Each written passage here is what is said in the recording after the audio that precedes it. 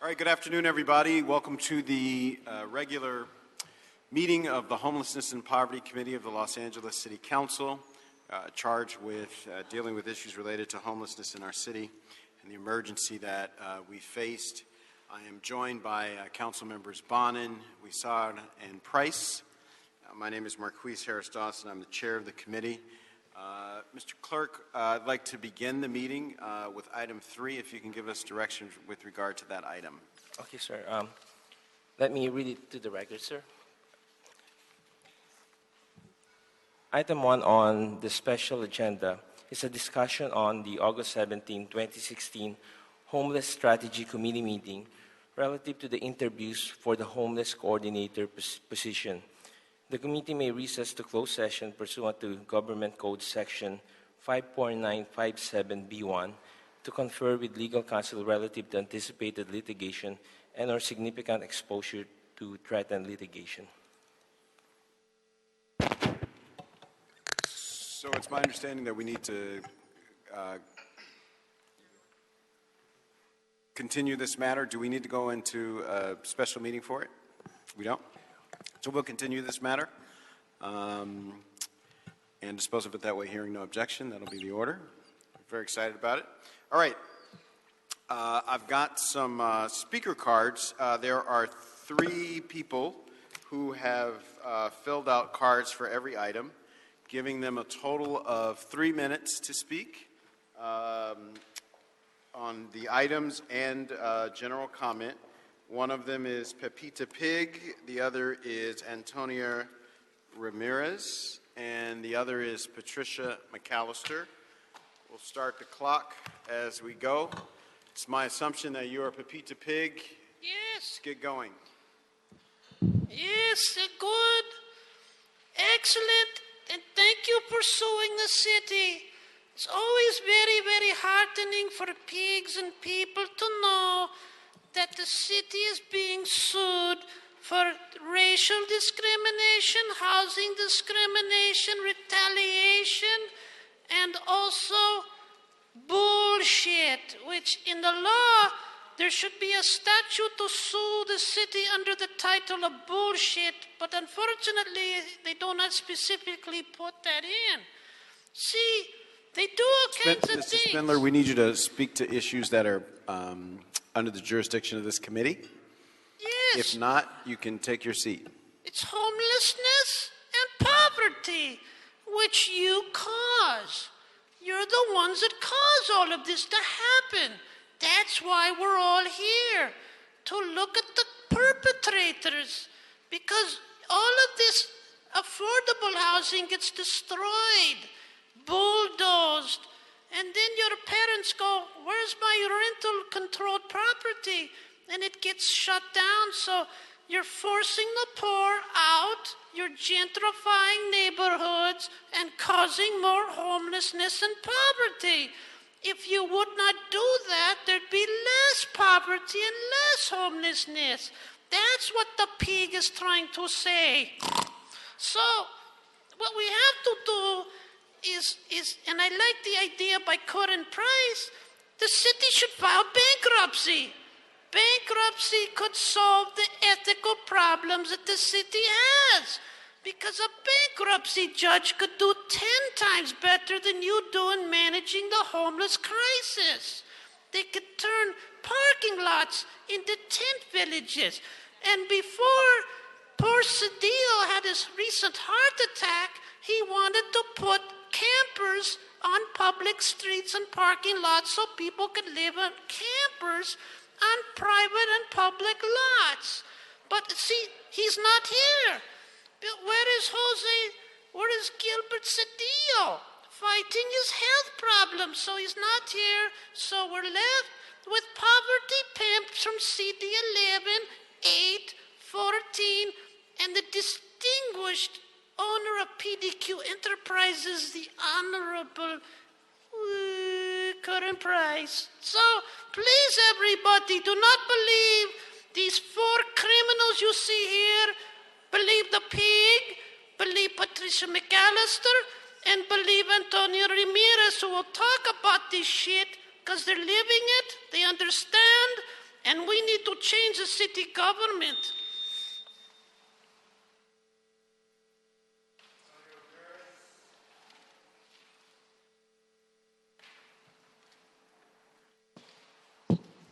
Thank you very much.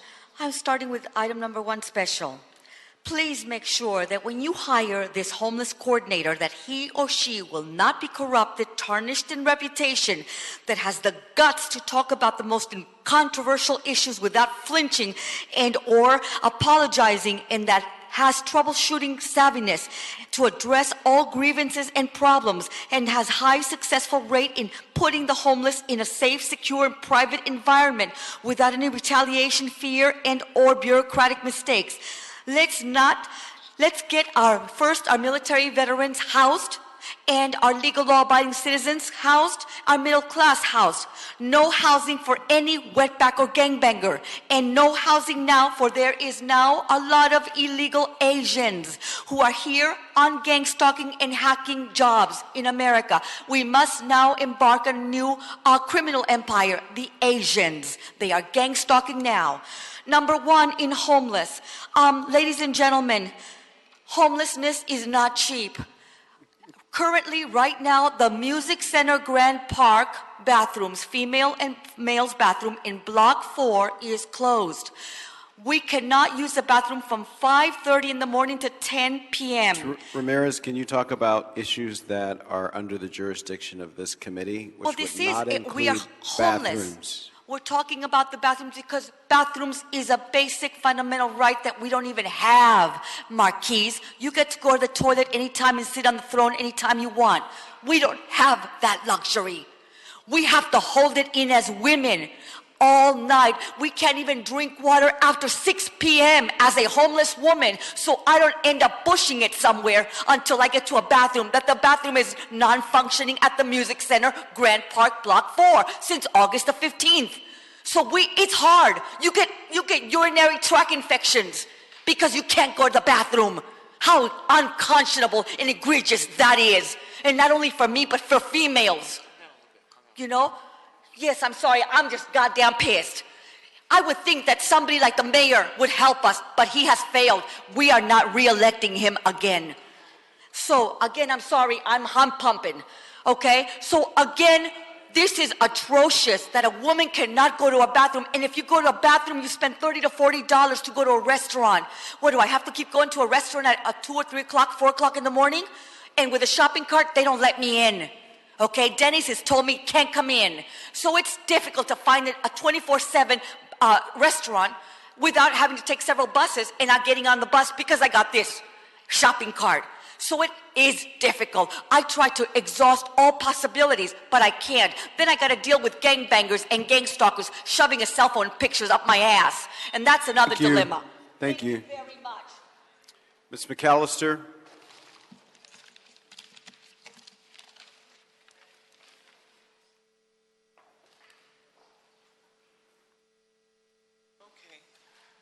First of all, I don't think we need a coordinator. I don't think we need one. You keep hiring people, not building a doggone thing. Every time I look up, you're trying to spend some more money. What really upset me is you asked for a loan from HUD. HUD, Housing Urban Development, current price is backing this up. He's the one. See, they use the Negroes to do the dirty work. So when the ball falls, I'm talking. Let's stay on the topic. We're not on HUD. We're not on HUD. This is about housing. Yes, it is. This is about housing. We have 100,000 people on the street. And that includes the ones living with relatives and families and members and things like that, the ones you didn't count. 100,000, and you trying to get 22 million of HUD dollars to get a doggone football stadium. Not on the topic of this committee. This is the topic. If you insist on talking about this, you can take your seat. Do I have three topics to speak on? You do, but one of them is not a HUD loan. Yes, it is. It's about housing, affordable housing for the homeless. And this is related. And quit interrupting me, Negro. Okay, 22 million to build a doggone, and you haven't built one house. Not on the topic. One more time. Listen, I'll put a lawsuit on your end, nigga. You don't tell me what I can't talk about. This is affordable housing. You spending $22 million on HUD money on a doggone stadium, and you telling me that's unrelated? That money is supposed to go to building houses for people on the street, and then you want us to? Thank you. Thank you. Tut Hayes. Nigga, you gotta come, nigga. You niggas are gonna pay for what you're doing. They use both of you niggas to do us in, the black people, and you're gonna pay for it, okay? Black people are not gonna keep letting you come back in our community, moonshining for this goddamn white man. You niggas. You disrupting the meeting one more time. Thank you. Let the record show that she continues to disrupt the meeting using comments, disrupting the meeting and hurling racial slurs, yelling out loud, talking over people, interrupting Mr. Tut Hayes. Yes, sir. Mr. Chair, I suggest you take some of the bass off these microphones because it really muddles the speech that people are making. The other thing is I would suggest that you suspend this meeting until such time you can provide the information Brown Act requires, meaning the information you have before you should be available for the public. You're very well aware of that, but it's not there. I have no idea whose responsibility is to provide that information, but the law does require it. I need to know something about San Pedro, the streets, the location. In other words, whatever you have before you will apprise you of what the item happens to be. So until that time, I would suggest that you suspend the session. Perhaps you can provide that information for a copy for the public back there where it usually is mounted, and we can go on with the meeting. Otherwise, you're in criminal violation of the Ralph M. Brown Act. Thank you. Can I get a response? No. Don't you have the responsibility to chair this meeting and protect your colleagues? You understand that all it requires to be in violation of the Brown Act is for you simply to be present. Because either one of you people can challenge the president about the procedures and save yourself from a criminal prosecution. I'm serious about this, and you very well know that. So either you're going to take some action based upon what I think I clearly outlined about giving the public the information they're required to have under the law. This is not a plea, not a request, it's a demand.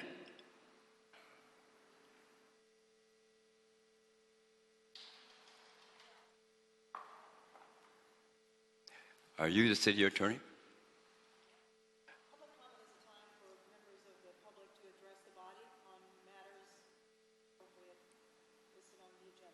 Perhaps you haven't been paying attention. We're not talking about public comment.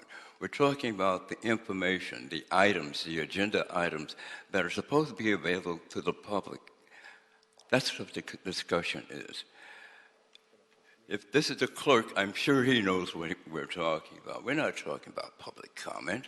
We're talking about the information on the items on the agenda. That information, in fact, everything they have before them on that, should be made available to the public. And usually it is. It is. The police commission manages to do that, and they're the most reluctant group in the entire state. But they managed to put that out there and obey the law. So that's what I'm talking about. Do you understand now, Ms. City Attorney? That's your time, Mr. Hayes. Thank you so much. Mr. Chair, just for the record, Yes, sir. we have copies of the reports available to the public on the table, and it's also posted online. Thank you. Was kind enough to answer the question put forward by Mr. Hayes. So that'll close that part of the meeting, and then we'll go to item 1. Item number I'm one sorry, on the, Mr. Clerk. We have to close the special agenda Yes, sir. and go back to the regular meeting, Yes. and then do item 1. And we'll read the first item on the regular agenda into the Yes. record. Yes. So item number 1 on the regular agenda is the City Attorney Report and Ordinance relative to amending sections 5.500 and 7.33.1 of the LA Municipal Code to provide that proceeds from the sale of any surplus properties approved by the City Council for use in support of the city's using public land for affordable and homeless housing strategy sold during fiscal year 2016-2017 be deposited into the Affordable Housing Trust Fund. This item is also referred to the Housing Committee. Excellent, thank you. So, many of you know that as a part of our budget this year, we made a part of that a provision where some city properties would be sold in an effort to meet a $138 million commitment to homelessness housing and services. And so this report from the city attorney sort of will shine the light on that process and our ability to make sure that when those sales actually happen, that the money makes it from the buyer to our efforts on homelessness and poverty. So we have a report from the city attorney.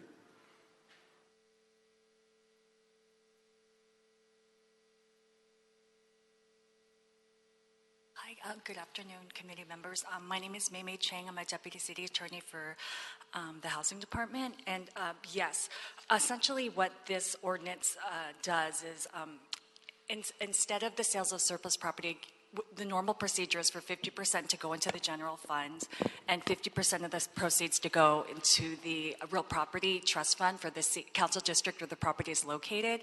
But for fiscal year 2016 and 17, we're going to amend the ordinance to allow the proceeds from funds as approved by council to be deposited 100% into the Affordable Housing Trust Fund to assist with the homeless strategy. There are, I'm sorry, does anyone, sorry, go ahead. Ms. Price. No, it's just the housing department's affordable housing, it's the city's Affordable Housing Trust Fund, not for any particular council district. And it's going to end, it'll sunset at the end of fiscal year 2017. It'll sunset at the end of end of fiscal year 2017? Yes. End of 2000, okay. Yes. I'm sure there are a bunch of questions on this. Mr. Bonin? Yeah, thank you. I'm glad to see us doing this. I'm glad to have 4 of the 8 properties in play right now be in my district. Happy to do that. 2 of them are in Venice. One is in West LA. One is in Westchester. When we first broached this, well, and let me first of all say that I'm not particularly interested in selling any of them. I'm interested in seeing the housing there. I feel very strongly that we have to have affordable housing and we have to have homeless housing in every part of the city, and I'm very firm on making sure that my part of the city participates in that. So I'd prefer not to sell. I'd prefer to see that the RFQ that's out on the street comes back with some good proposals that we proceed on. However, there has been a long-standing ordinance in the city going back to the 70s that because Venice is such a heavily impacted tourist area, sale of proceeds of property in Venice have stayed in Venice. Right. So when the 2 Venice properties were broached with me, I said, I'm happy to put these up, but I want to make sure if we sell them that we build the homeless housing or the permanent supportive housing in Venice. I want to make sure that my part of town fulfills its commitment. So I wanted to ask staff to establish a sub-account in the Affordable Housing Trust Fund to receive and deposit and make expenditures for projects located within the Venice area as defined by LAMC 5.121. So if we sell a property in Venice, we can build the affordable housing and the homeless housing in Venice. Right. The CAO made me aware of that. I think that there's a motion. I didn't know if you had an opportunity to look at it, but the CAO gave me a proposed motion. CAO drafted a motion. I just did it verbally as opposed to. Okay. I just wanted to let you. Okay, that's totally fine. That seems appropriate, and I was aware of the Venice exemption. Yeah. Every part of the city needs to do its part. Yes. Any other questions on this? I'll give Mr. Huizar a tick. This is a provision we're adding for the council district, for your district, a sub-account for Venice. Yeah. Okay. And as far as you know, are there any other parts of the city or any other parcels that are impacted by special provisions or special legislations with regard to the proceeds from a sale? I was only given a tentative list of 8 properties, and You only checked for those 8. So yeah, so I'm not aware of any other ones or any. Okay. So, Any other questions? Or If you'll hold a second, I want to give Mr. Weezar an opportunity to confer Sure. with the staff before we let you go. Of course. You good? Okay. That's it. Thank you. Thank you. I'll move that we approve this item as amended. I believe that we have a speaker card for no speaker. No, we don't have a Okay. speaker card on this. Okay. So no speaker cards, no objections. The item is approved. Yes, sir. Okay. And I've just been asked that we take a short recess before we go to item 2.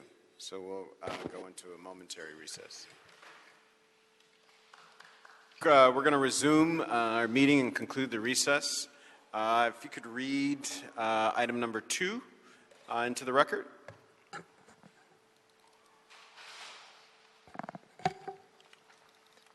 Item number 2 on the regular agenda is a Homeless Strategy Committee report relative to the approval of a subject site located in San Pedro to be used as a storage facility for homeless individuals to be operated by Chrysalis Enterprises, operator of the city's existing homeless belongings storage site.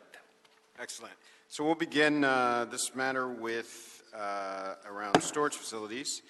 With public comment, we have a handful of cards. We have someone named Junior J.R. Essie, Elise Swanson, and John Larson. If you all could come up, you'll each have a minute to speak.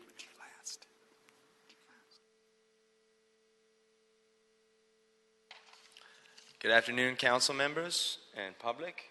Thank you all for being here today. And thank you to my fellow clown. Can you say your name, sir? My name's JR, and I'm a JR? freelance clown. I don't do the pig very well, but at least you know that we're not insane now that there's 2 of us. And I learned this. The police will get called, and then you will get a 5150'd unless there's 2 of you talking to each other. Then they know you're not insane, you're just a clown. Okay, so I'm open sourcing the concept so that you can stay out of the mental hospitals. Anyone who's on the street, like me, like the people who actually, are part of the subject matter of the jurisdiction. So I'm glad that some of us are here. And I wanted to say that the word homeless is fundamentally problematic. Right? That's your time, sir. Thank you. Housing and That's your street time. action is what we would prefer. Because I'm not speaking before the homeless. You gotta have a seat and be quiet. We got John Larson and Elise Swanson.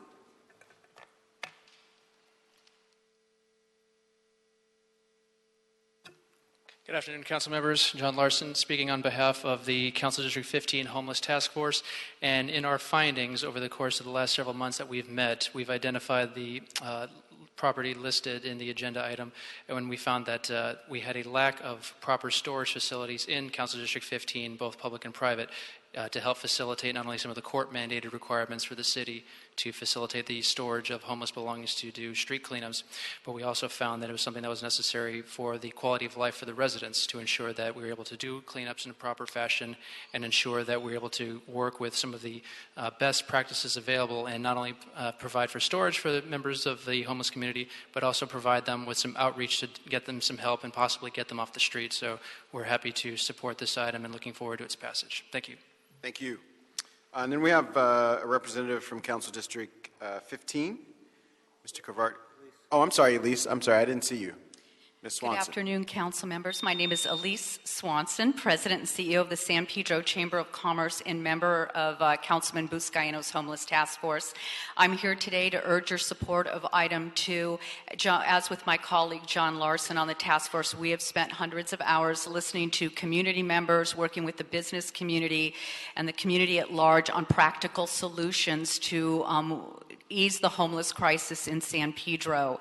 As we all know, it's a crisis throughout the county, but we really do believe that this storage facility is a real first step for our community in addressing the needs of the homeless belongings and quality of life issues. So thank you very much for your time. Thank you.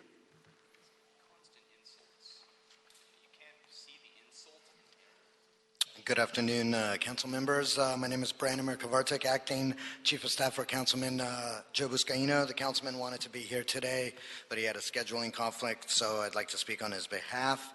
We are excited that our district is another step closer to having a second homeless storage facility in the city of Los Angeles. This facility is ultimately important given the geographic distance between the 15th Council District and the current facility in downtown Los Angeles, which is about 25 miles away. After speaking to many of our homeless population, Councilman Buscaino and his staff have learned that one of the biggest stresses in the lives of homeless individuals is the daily decision of what to do with their belongings.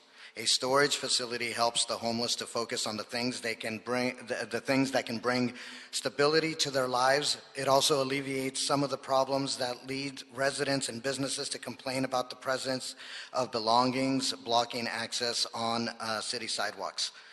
Our district's journey to get to this facility began in September when Councilman Buscaino hosted his homelessness forum in San Pedro. With over 1,200 residents in attendance, Councilman Buscaino laid out his 8-step action plan to address homelessness in his district. The entire forum, one of those steps was to create a homelessness task force. You just heard from 2 of the members of that task force. The councilman requested the task force to look at creating a drop-in center or a resource facility in the district. Since then, the task force has sought to find a reasonable location, worked with LASA to bring in an architect and relevant parties to tour the site and create an action plan to make it operational using including figuring out everything from what type of bins would be used, hours of operation, staffing levels, staff training, and more. We hope that establishing this storage facility will be the first of multiple phases for the site, which may include offering services, housing, setting up DMV and social security appointments, and getting individuals into the coordinated entry system. Thank so you. On behalf of Councilman Buscaino, thank you guys for hearing us out. All right. So I want to make sure we're still okay to receive the reports from LASA and the CAO on this, or should we move this? It's fine to hear a report on storage facilities from representatives from LASA and the CAO's office.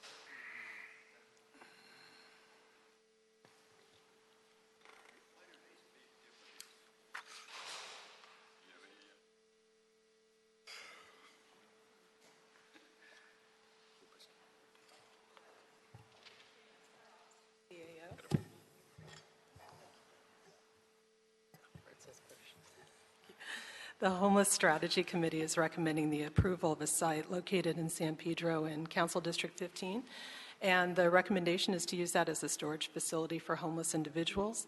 We're also recommending that the site be operated by Chrysalis Enterprises, who is the operator of the city's existing homeless belongings storage site.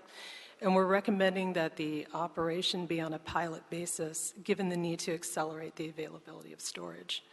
There's also an instruction to HCID to ensure that the transfer of funds needed for these building improvements, operating and lease expenses be expedited so that funds for this purpose can be made available as soon as possible. And the Homeless Strategy Committee's recommendations are based on recommendations that were made by LASA in the subject June 28th report. So we have representatives from LASA here to respond to questions about the site selection process. And then we also have representatives from the CAO Municipal Facilities Committee to answer questions as well. Thank you, Mr. Lynn. Good afternoon, Peter Lynn, Executive Director for the Los Angeles Homeless Services Authority, LASA. We worked closely with the CAO, with the council offices, and with a consultant that we brought on to look at potential sites around the city. This site was thoroughly vetted by that process. It met all of the criteria that we had put forward between the two organizations, and we strongly urge you to support this site selection. Excellent questions, members. Mr. Bonin? Yeah, first of all, let me just thank Mr. Buscaino, Branimir, and his staff, and the Homeless Task Force and CD15 for working on this and moving it forward. I'm a little jealous, Branimir. I know you've really wanted to beat me to having a Venice one. But just to correct the record, there actually is a Venice one already. So this would be the third one. But we're trying to replace the Venice one that only has 25 with much larger.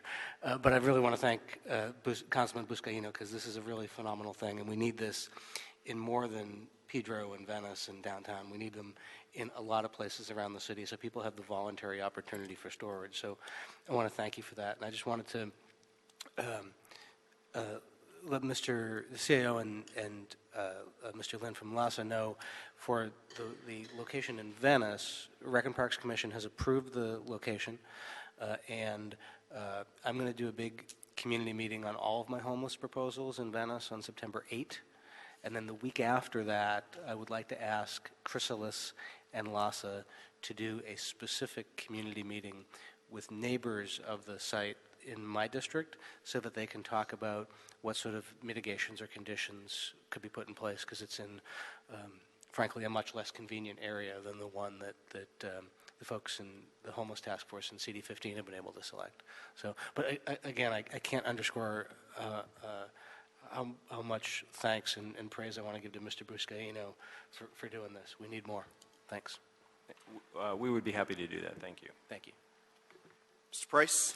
Thank you. I too want to just congratulate the councilman for stepping up to the plate and for the efforts of LASA and staff in identifying this other facility.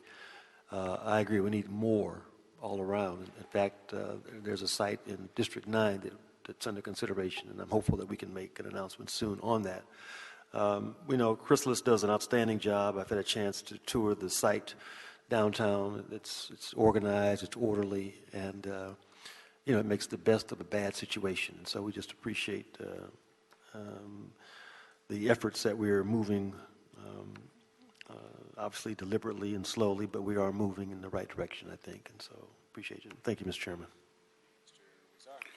Thank you, Mr. Chair, and again, congratulations to Councilmember Buscaino and his staff and the work and vision put into this. And as has been mentioned, these are needed throughout the city. And in fact, our new version of 506011 at one time spoke about the need to have storage facilities throughout the city if we could even enforce it in those areas, which I think is only fair.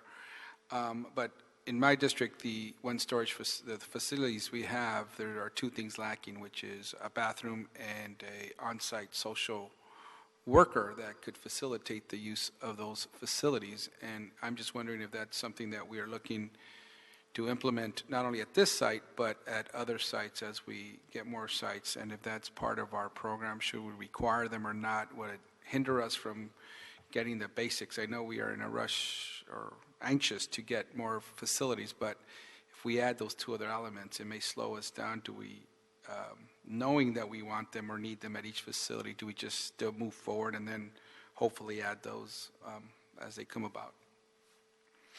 I appreciate your recognition of the tension between the ideal site selection criteria and pragmatic need to move something forward. So it may be the case that we would put forward sites that were, not optimal from meeting all the desirable criteria that we might have. That would include, showers. It might include other sanitary facilities. It might include even laundry, but certain areas for interviews and other kinds of access center type. That would be the ideal, including storage.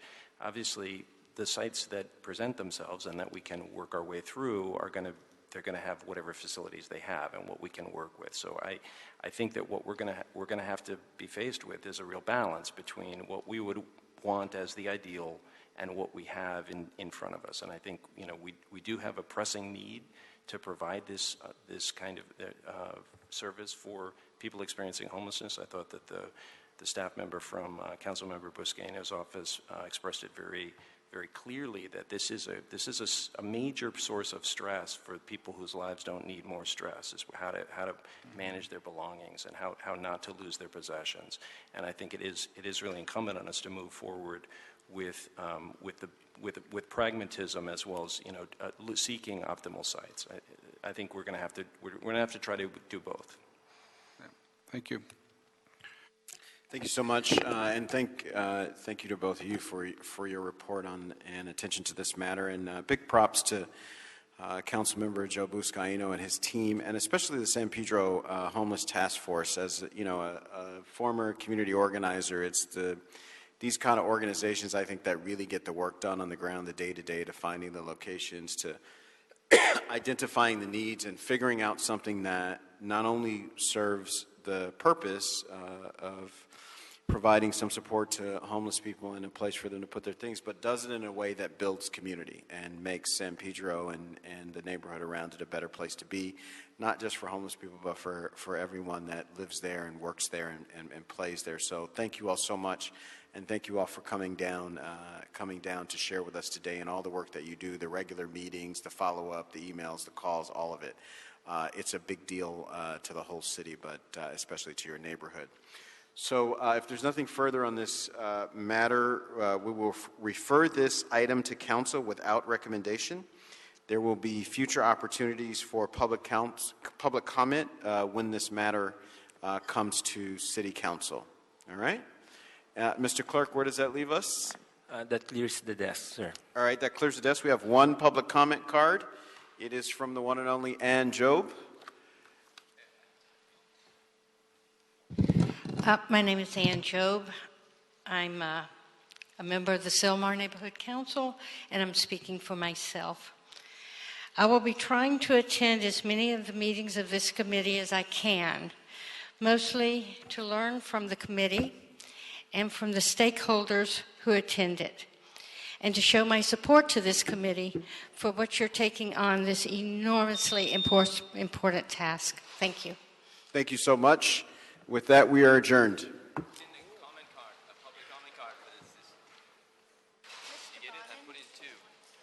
Biden. I put in 2 comment cards. I spoke for 1 minute.